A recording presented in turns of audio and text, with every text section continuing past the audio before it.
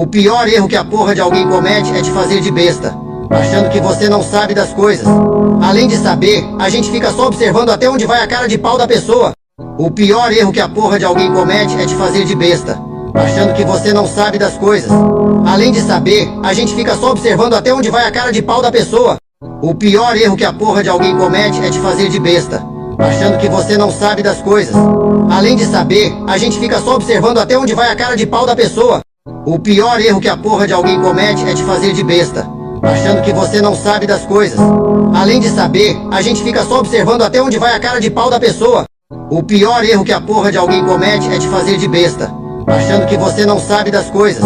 Além de saber, a gente fica só observando até onde vai a cara de pau da pessoa.